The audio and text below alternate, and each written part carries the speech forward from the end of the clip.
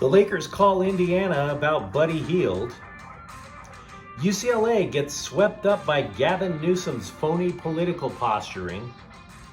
And a kid meets Clayton Kershaw, only to follow it up with one of the worst decisions of his life. Good morning, I'm James. This is your daily dose of sports and snark for the greatest sports city in the world, Los Angeles. This is Faithful Angelenos. It is July 21, 2022. I want to start off by thanking all the new subscribers that we've gotten on this channel. I appreciate each and every one of you. If you like the content we've been putting out about LA sports, clickety-clack the like button. Clickety-clack the subscribe button. There's a notifications bell. Hit that. It'll tell you when we put out new clips. Sharing is caring. Let people know we exist. And yes, comment. Because I'm stuck in Omaha, Nebraska. I cannot wait for USC and UCLA to come here and just lay this poop town to waste, man.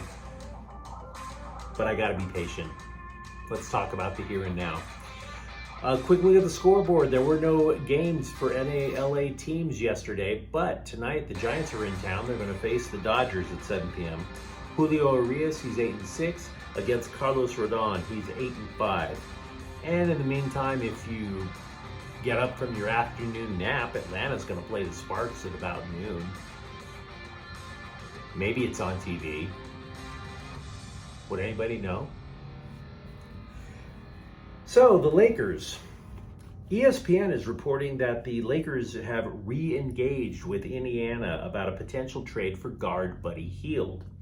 Now, this trade talk doesn't necessarily involve Russell Westbrook.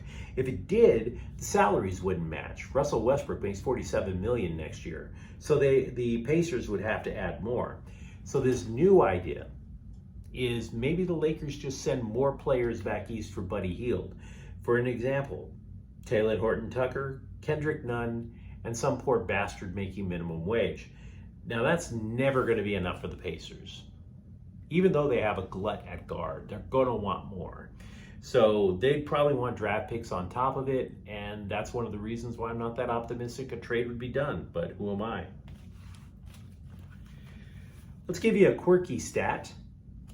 The Bruins, when they leave the Pac-12, will have a winning record against everybody else in the Pac-10 conference, Pac-12 conference. In football, they will have a winning record against everyone else, except for USC. Meanwhile, Governor Gavin Newsom has demanded that UCLA publicly explain why they're leaving the Pac-12. They already did, Captain Hairdo. We already knew. I mean, I realize you're too busy measuring the drapes at the White House to actually look at a newspaper, you know, too busy admiring your spray-on tan in the mirror to open up a tablet and tap on the news. But unless you want to cut the UCLA athletic department a check for $103 million, you need to have a Coke and a smile and shut the hell up.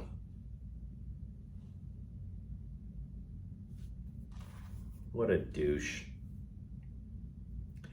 So did you notice all the other fun stuff that was happening around the AllStar Game aside from the game itself? Right? Like, for example, former Dodgers outfielder, current Houston manager, Dusty Baker, just literally begging the Dodger fans not to boo the Astro players when they got introduced. Yeah, that wasn't going to happen. Nor should it. And then, of course, there were fans chanting future Dodger at Juan Soto during the game when he was trolling the outfield, and oh, he heard. He turned and gave everybody a smile. He's in on it. He gets it. I was intrigued by Mookie Betts. He wore a t-shirt where he was making a request that more black people come to the stadium to watch baseball. And to be honest, he's right. I think it's a good idea. I think it's a lovely sport that needs to be shared with more people. I would say this though, and I mean, I can't explain why, but I will say that I have seen more black people at Dodger games than I have at a lot of other stadiums. The most racist stadium I've ever been to St. Louis. Second would be Boston. I have my guesses as to why St. Louis was so bad. I know why Boston sucks, but don't think I quite know precisely. After the AllStar Game, there was the press conferences, and Clayton Kershaw was giving his answers, and this kid approaches, said his grandfather always wanted to meet Kershaw, only it couldn't happen because the grandfather died of brain cancer in 2014. And the dude made a list of what he would do if only he could have beaten cancer. And as it turns out, the kid is trying to at least fulfill a couple of them on his grandfather's memory. Kershaw was clearly moved. Everybody in the room was clearly moved. It was one of those I'm not crying, you're crying moments. And then the kid mentioned that he wanted to be a sports journalist. Don't do it. I can't stress this enough. You do not want to be a sports writer. I was a sports writer for 2 decades plus in my life, and look at me. Look at me. I'm sitting in a flea bag hotel room in Omaha, Nebraska. You're staring at your future, kid, and it ain't pretty. Sell shoes like Al Bundy. Do something more productive with your life. Don't be a sports writer. Trust me. Now, other sports, they have ring ceremonies on opening day, right? But not the NFL. So the Super Bowl champion Rams, they're going to get their rings today. It'll be in a special ceremony that just prior to the start of training camp. We're not invited. Too bourgeois. We're not invited. We're not cool enough. But you know what? I'm not the champion, so screw it. Let them have their fun with their teammates. I get it. Also in local football, we talked a couple of days ago about Derwin James and if the Chargers are playing with fire, because there's a Labor Day negotiation deadline that the Chargers like to have. Well, both sides are now reporting optimism about an extension, so saith ESPN. So the expectation is that James will wind up being the highest paid safety in the NFL, maybe something in the $19 million range. We'll figure it out. We don't know yet. Also, CBS Sports looked at all the quarterbacks entering their 3rd year in the NFL, and they broke down their games, what they need to work on, what they're good at, what they stink at. Justin Herbert of the Chargers, they noted statistically there was not really an uptick in his output. It was good, great even, but it was just the same rookie to second year, which I found was interesting. They did think that he got better with so-called clean pocket play, and they tried to extrapolate what Herbert might need to do in year 3. They think, for one, he needs to improve with the intermediate route throws. That all the short dink and dunk stuff, yeah, that's great. And that he's got this remarkably accurate deep ball. But it's the 10 to 15 yard stuff that he might need to work on a little bit. And also they are hoping that the Chargers literally just rip out all the plays that involve bootlegs in the playbook, rollouts. Because why be cute? Justin Herbert's talent is so elite that you could just have him be a traditional drop back passer. He doesn't have to fool anybody because he's rarely fooled. Just play it straight. At least that's what CBS thinks. Kawhi Leonard of the Clippers appeared on a cooking show in China. During the show, the people in the show exchanged wishes to each other, nice, pleasant, banal things. So Kawhi wished his agent would get him more money. I'm not the type of guy to begrudge what a man makes. Kawhi Leonard makes $176 million and it's not enough. Really? Really?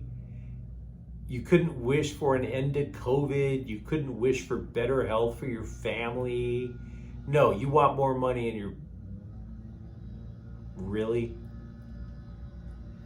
Now it might just be a gag. Or it might just be a cynical ploy against the Clipper management. Who knows? Speaking of cynical ploys about salary, did you know that Carlos Vela's salary actually dropped when he signed that extension with LAFC? Yeah. Went from $6 million a year down to $4 million. The face of the franchise got a 33% pay cut. Are you kidding? I want to finish with a note on the LA Galaxy. Sometimes, you've heard about these analytics people, right? And they try to pretend about how smart they are by trying to find some little nugget that explains it all. And if they only did this, they would win more games. You see it all the time in baseball. You see it in basketball now and football to an extent. And now they have it in soccer. So they have this thing called expected goals, which is an idiotic stat because every time I go to a game, I'm expecting goals, right? So expected goals are what the players should be scoring as opposed to what they are scoring, whether they're exceeding it or not. And so these analytics nerds, they broke down the Galaxy season and they came to the conclusion that Kevin Cabral and Douglas Costa don't score enough.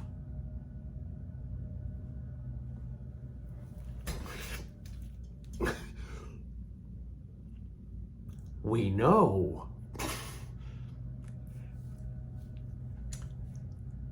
The Galaxy are paying Kevin Cabral $6 million and he has 1 assist. We know. The only bigger waste of money is the waste of money that these analytics geeks got to tell us that the Galaxy are losing because of Kevin Cabral and Douglas Costa. We know. We know. I'm trying so hard not to cuss right now. But if you enjoyed this morning's clip, then by all means, don't forget to subscribe to Faithful Angelenos. We are trying to build something here for LA sports. I'm James. Thanks for watching. We'll be back tomorrow. Faithful Angelenos is a Corta El Queso production. Have a great day.